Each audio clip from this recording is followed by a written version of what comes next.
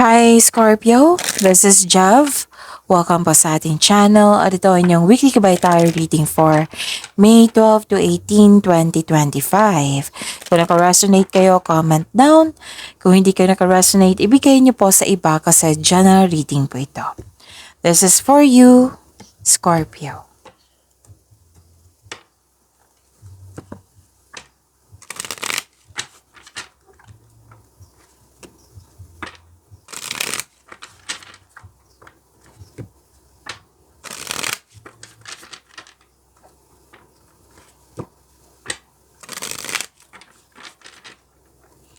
Para po ito sa inyo, Scorpio.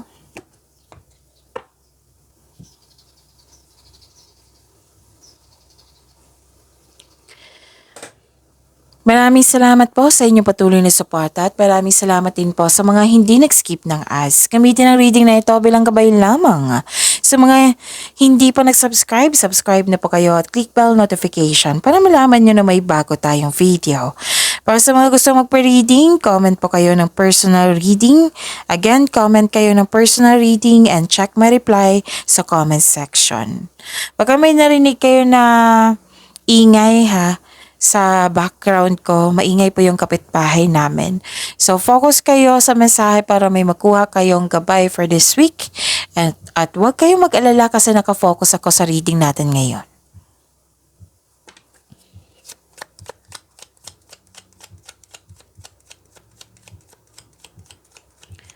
Spirits Guide, mga ganap po para kay Scorpio, May 12 to 18, 2025. I need 3 cards po.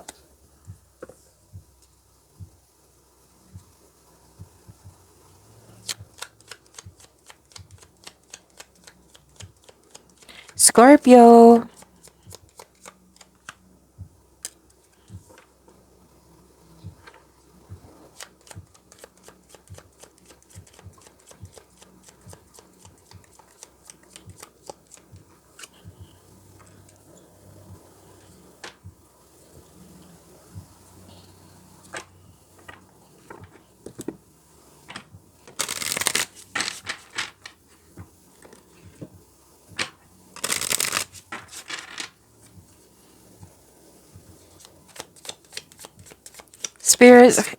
Spirits Guide, message po para kay Scorpio for this week, May 12 to 18, 2025. I need 2 cards po.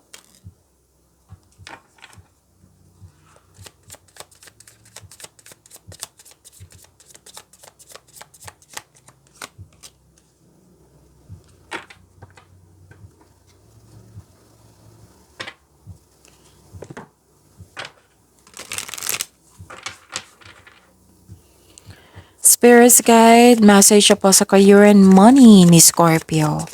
Ngayong week na ito, May 12 to 18, 2025, I need 1 card po.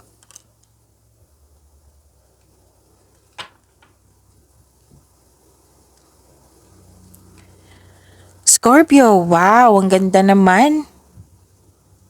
Scorpio, sagot sa inyong mga katanungan, solusyon sa inyong problema. Diba ang ganda? Claim niyo po. Scorpio, may parating po na malaking pera. Pwedeng check ito or malaking pera. Or pwede din na mahalagang news or information.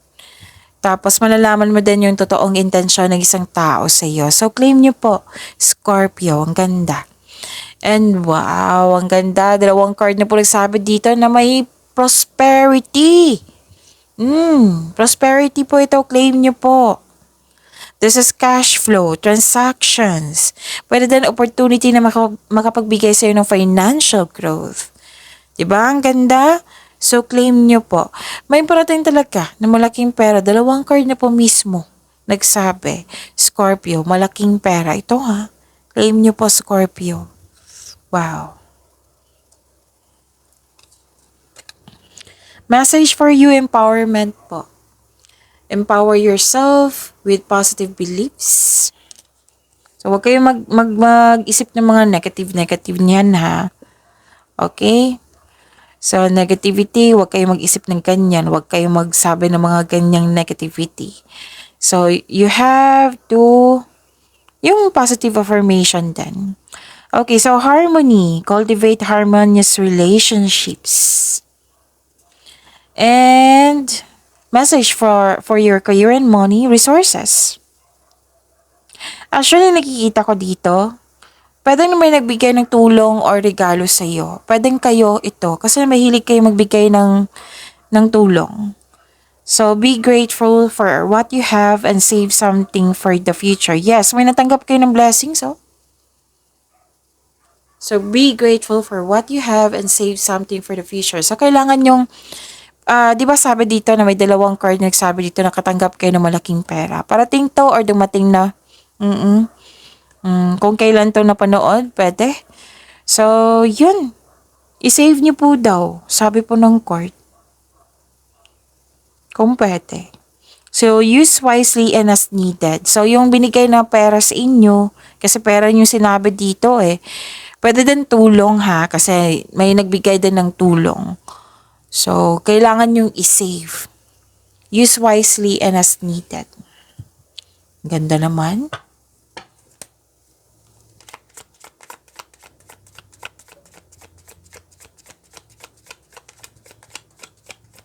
Spirits Guide, ano po yung energy ni Scorpio ngayong May 12 to 18, 2025.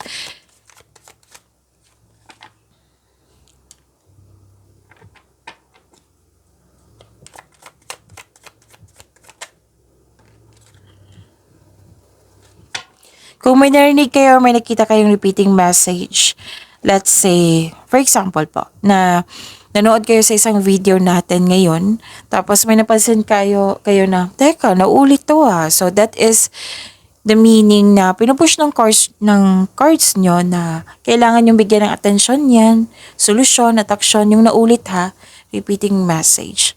So, kung kailangan po. Ano yung energy ni Scorpio? Ang ganda. Ang ganda. Scorpio. Kasi this is the clarification of your card here. Nagkaroon ng pagkakaisa, harmony. Cultivate harmonious relationship. And kitang-kita ko yung happiness mo dito, Scorpio. Do you deserve this success? You deserve this harmony. Ang ganda. And this is fulfillment sa pangarap mo.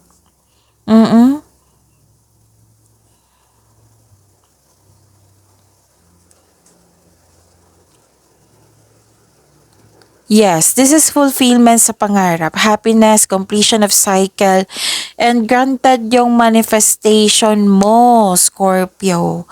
This is fulfillment sa pangarap, may kasiyahan at kagalakan sa mga bagay ukol sa pamilya, at kaibigan. So, this card focuses on achievement of a level of love and success na nagbibigay sa iyo ng katahimikan po, satisfaction at pasasalamat. Ang ganda naman. So, claim nyo ha. Pwede din sa mga single dito kasi may nagsabi sa akin ngayon na gusto ka rin ng taong gusto mo. So, success in workplace, success in home. At i-acknowledge mo yung nagbigay ng support sa iyo. Pwedeng grupo ng tao to or ito yung family mo na very supportive sa iyo. Wow, ang ganda naman. May balak kayong mag-change. It might be this is career change. Basta may changes dito na may balak kang gawin.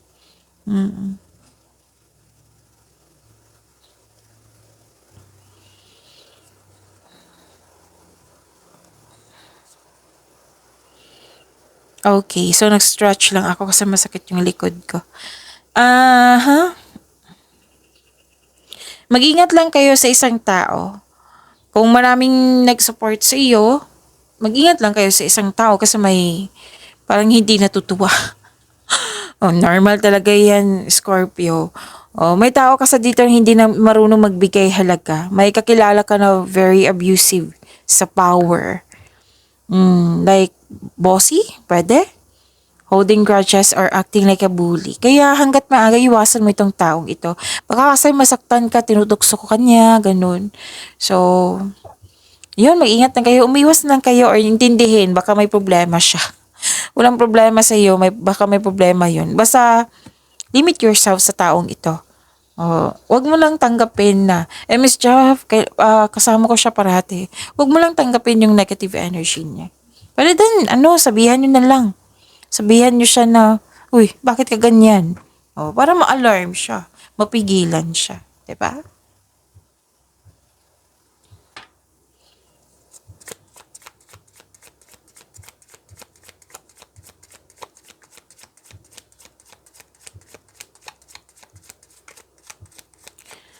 Spirits guide, career and money ni Scorpio po.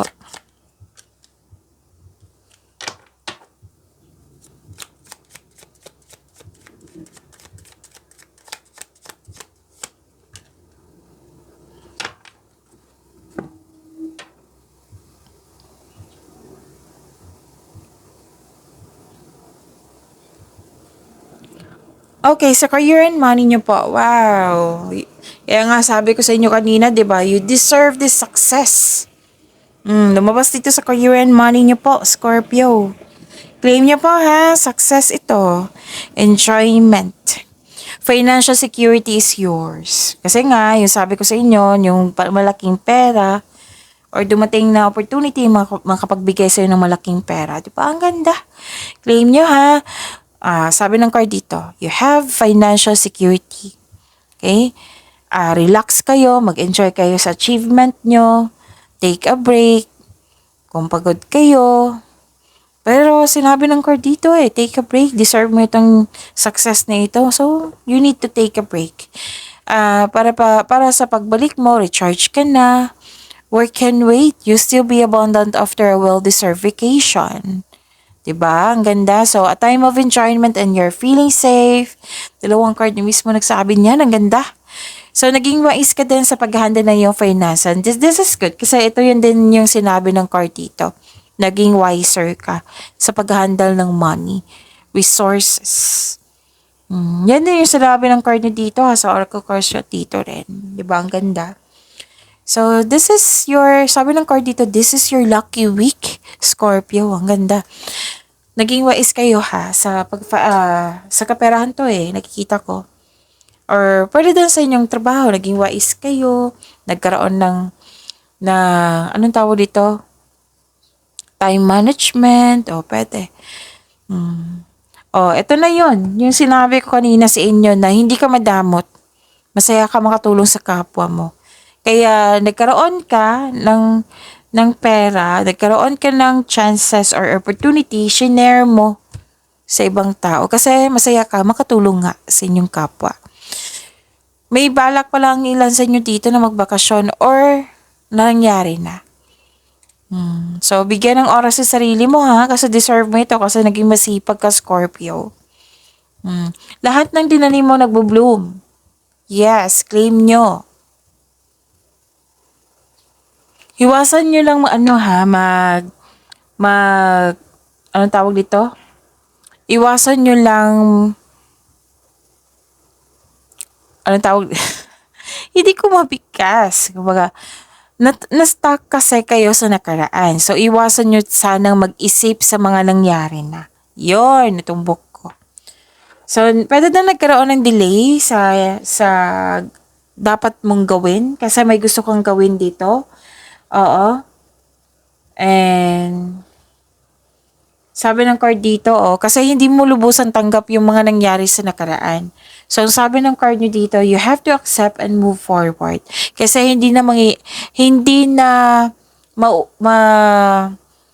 anong tawag dito? Mababago yung mga nangyari na sa karaan. So, the past cannot be changed. Kailangan mo lang itong tanggapin as learning po and you have to move forward. Lahat naman po ng pagsubok po ay may naiwang aral sa ating buhay. Pwede yung disappointment to or blame, doubt, or sama ng loob or nagkaroon ng self-doubt or delay. I-delay na.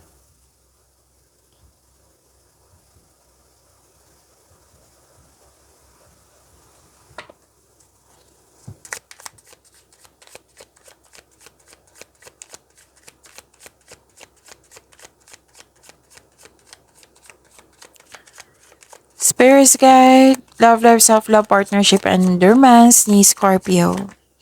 For this week po.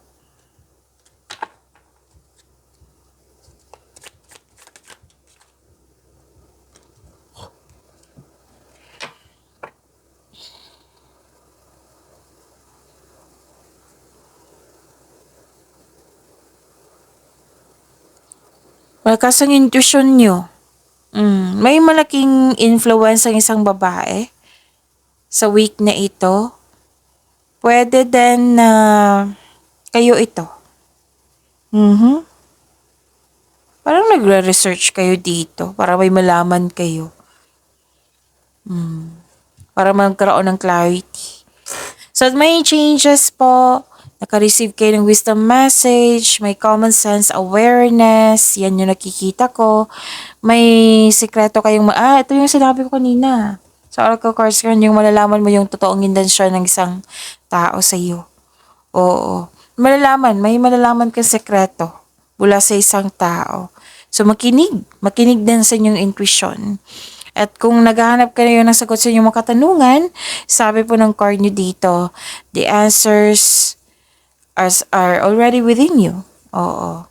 Know that the answers are already within you. Nasa iyo na ang sagot. Nasa iyo ng yung solusyon. At magtiwala din sa inyong sarili. Okay? Trust your own counsel first. And trust yourself and follow your intuition. Okay?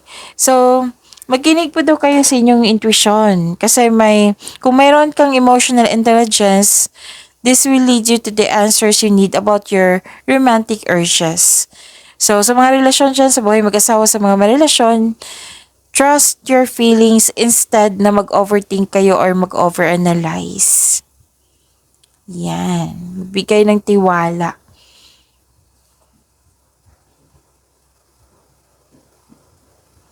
So, nag-stretch lang ako ha. Pasensya na po. Okay, so ito ay recovery. Recovery, you are embarking on a healing journey na. Basta, this is healing.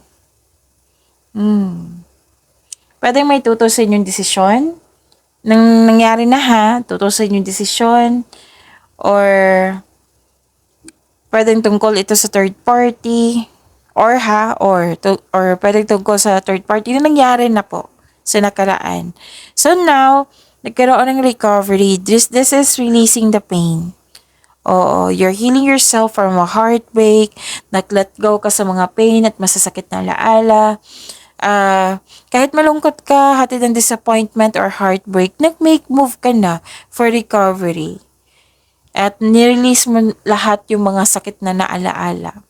And this period of sorrow won't last forever. So, look to the future with hope for new experiences. So, ang sabi ng card dito na mag-focus kayo sa present para may expectation tayong better outcome po sa future. Kasi kung mag-focus kayo sa mga nangyari na, walang mangyayaring pagbabago. Pero ginawa mo to, nag-move forward kayo. Don't worry. So, this card is a reminder na you should avoid bringing your fear of heartbreak into a new situation. Huwag niyong dalhin yung mga nangyari sa nakaraan sa present. Yan ang sabi ng card.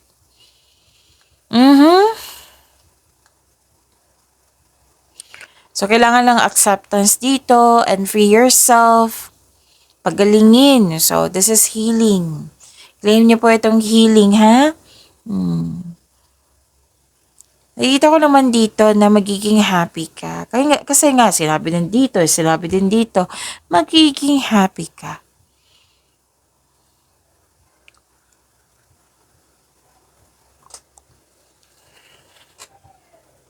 Okay, so, inaantok ba kayo? Kasi inaantok ako. Okay. Para sa mga singles, sobrang saya mo kasi yung sabi nga ng card nyo dito, na kinonfirm dito na gusto ka rin ng taong gusto mo. Or nagkasundo kayong dalawa. So, masaya at satisfied kayo sa buhay, sa mga relasyon sa buhay mag-asawa. Masaya kayo, satisfied kayo sa buhay. Meron din dito, nakatanggap kayo ng sustento or sustento para sa anak mo. Kaya pala may money dito. Or pwede din tulong to kasi may sinabi din dito na tulong. Dito rin, tulong or regalo. Okay? So, yun, pagyamanin niyo po yung blessings sa binigay sa inyo, Scorpio. See you tomorrow. Maraming salamat po.